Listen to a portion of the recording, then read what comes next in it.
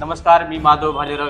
गेल्या काही दिवसापासून शेतकरी नेते तथा माजी आमदार शंकरांना धोंडगे हे शिवसेनेमध्ये प्रवेश करणार असल्याच्या बातम्या प्रसारमाध्यमातून आणि आलेल्या आहेत. सोशल मीडियावरही खूप चर्चा आहे. नेमकं शिवसेनेमध्ये जाणार आहेत का?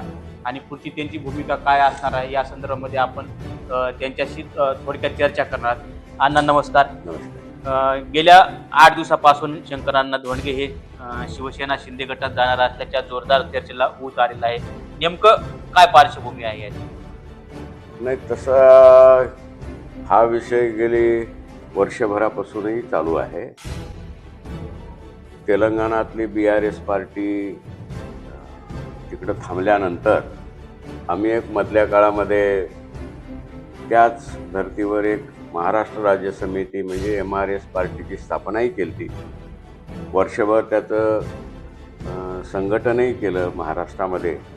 कारण आमचा हेतू असा होता की BRSचा जो काही माहोल तयार झाला होता त्याच्यानंतर त्यामध्ये जी काही मंडळी कार्यकर्ते चळवळीतले राजकीय पक्षातले जे जमले होते जुटले होते ते तसा त्यांच्या पराभवानंतर ते दिशाहीनच झालेले होते. आणि सगळ्यांनी ठरवल्यानंतर किंवा एखादा प्लॅटफॉर्म आपण करावा, राजकीय प्लॅटफॉर्म, पुढी नंतर बघू, पण सध्या तरी सैरभैर होऊ नये म्हणून त्यावेळा ते निर्णय घेतला होता. वर्षभर त्या पार्टीच्या संघटनेसाठी वेळही दिलता. बऱ्यापैकी 15-20 जिल्ह्यांमध्ये तालुका पातळीपर्यंत संघटनही झालं. पण नंतरच्या काळामध्ये विधानसभा संपल्यानंतर अनेक आमच्या राजकीय सहकाऱ्यांचं मत पडलं की आपली पार्टी महाराष्ट्रामध्ये राजकीय सर्वायवल व्हायला खूप काळ जाणार आहे, वेळ जाणार आहे, अनेक अडचणी आहेत. त्यामुळे कुठल्या तरी एका प्रस्थापित राजकीय पक्षाच्या प्रवाहासोबत आपण जर काम केलं तर मग जे काही आपण शेतकरी प्रश्नाभोवती आयुष्यभर काम केलेलं आहे, किमान कमी अधिक त्या विषयाला एक व्यासपीठ मिळेल, न्याय मिळायसाठी प्रयत्न होतील, असा एक मतप्रवाह मधल्या काळामध्ये सुरू झाला. आणि गेली 6 महिन्यापासून त्या चर्चा चालू आहेत, वेगवेगळ्या स्तरावर चालू आहेत. आमच्या विभागवार बैठकाही झाल्या. मधल्या काळात काही मंडळी काँग्रेससोबत जावं हाही एक मतप्रवाह पुढे आला. त्या काळात काही काँग्रेसचे नेते आमच्यासोबत, आम्हीही चर्चा केली, त्यांनी आमच्यासोबत केली. शिवसेनेचे नेते एकनाथराव शिंदेसाहेबांसोबतही चर्चा झाली होती. त्यांचेही काही सहकारी नेते आमच्याकडे येऊन, म्हणजे जवळपास या विषयाची जी काही चर्चा आहे ही चर्चा गेली 5-6 महिन्यापासून आहे. आणि आपण जर बघितलं तर या अगोदर तुम्ही पृथ्वीराज चव्हाण असतात किंवा प्रदेशाध्यक्ष काँग्रेसचे असतील त्यांची भेट घेतलेली आहे, त्यांच्यासोबत चर्चा पण केली आहे. त्यावेळेसही तुम्ही काँग्रेस पक्षामध्ये प्रवेश करणं अशा पद्धतीच्या चर्चा निर्माण झाल्या होत्या. परंतु 3-4 दिवसाखाली तुम्ही उपमुख्यमंत्री एकनाथभाई शिंदे यांची भेट घेतली.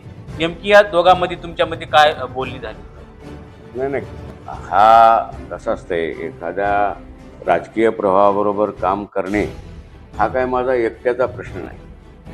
आत्तापर्यंत माझा प्रवास म्हणा किंवा माझा स्वभाव, जे काही चळवळीतून 40 वर्षामध्ये माझे जे काही मित्र आहेत, साथीदार आहेत, किंवा ज्या विचारधारेच्या अवतीभोवती आम्ही काम करतो त्या सर्व सहकार्याच्या विचारविनिमयाचा हा भाग असतो. एकट्याने निर्णय घ्यायचा असला तर कधीच घेतला असता.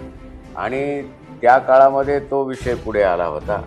म्हणून ती सगळी मंडळी, तुम्ही म्हणला तसं प्रदेशाध्यक्षही घरी आले होते, त्यांनी तशी विनंती केली होती. सगळ्यांचंच मत होतं. पण यातला दुसरा एक ग्रुप असा होता की आता काळ थोडा आउटपुट देण्याच्या दृष्टीने आहे. आपण आयुष्यभर संघटना बांधायचंच काम केलं आहे, पण आता सामाजिक आणि इथली राजकीय परिस्थिती लक्षात घेता त्याला अनुरूप आपण किंवा त्याला सुसंगत असं आपण काहीतरी विचार करावा, याही बाबीचा करावा. शिवसेने जशी शिंदेसाहेबाच्या नेतृत्वात काम करते आहे त्यांचाही विचार करावा, असाही एक विषय पुढे आला. म्हणून त्यांची आम्ही भेट घेतली. तुमच्या पक्षाचे 22 जिल्हा प्रमुख आणि तुम्ही लवकरच शिंदे गटामध्ये प्रवेश करणार आहात अशा जोरदार बातम्या चालू आहेत आणि सोशल मीडियातून त्या पद्धतीने प्रसारही चालू आहे.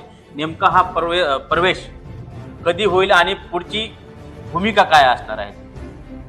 नाही 22 वगैरे हा विषय कुठून आला मला माहिती नाही. आता प्रसारमाध्यमात अनेक जण ज्याच्या त्याच्या पद्धतीनं ते वोट करत असतात.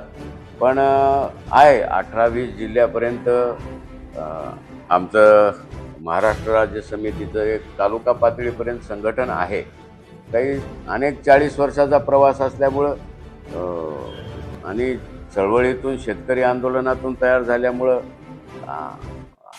सहकारी हजारो आहेत, तो विषय नाही. पण या बाबतीतला निर्णय आता वरच्या विभाग पातळीच्या बैठका तर झाल्यात, पण मतदारसंघातल्याही कार्यकर्त्याचं काय म्हणणं आहे म्हणून उद्या 8 तारखेला इथं सगळ्या या क्षेत्रातल्या नांदेड जिल्ह्यातल्या काही सहकाऱ्यांचं, लोहा कंधार मतदारसंघातल्या आमच्या काही सहकाऱ्यांचं एक बैठक बोलावलेली आहे आणि या बैठकीमध्ये चर्चा होईल आपल्या भविष्याच्या दृष्टीनं, या मतदारसंघाच्या दृष्टीनं आणि आपल्या पुढच्या राजकीय वाटचालीच्या दृष्टीनं सोयीचं काय आहे या बाबतीतही विचारविनिमय करून मग ठराव होईल. त्या ठरावानंतर मग आम्ही पुढची दिशा ठरवू. धन्यवाद अण्णा. जवळपास आपण शिंदे गटामध्ये जाणार आहात हे जवळपास निश्चित आहे, परंतु कार्यकर्त्यांना आणि पदाधिकाऱ्यांना विश्वासात घेतल्याशिवाय आपण कोणताही निर्णय घेणार नाहीत. यासाठी आपण 8 तारखेला बैठक बोलवली आहे. आपण हिंदवी बाणासोबत आपलं मन व्यक्त केलं तर धन्यवाद.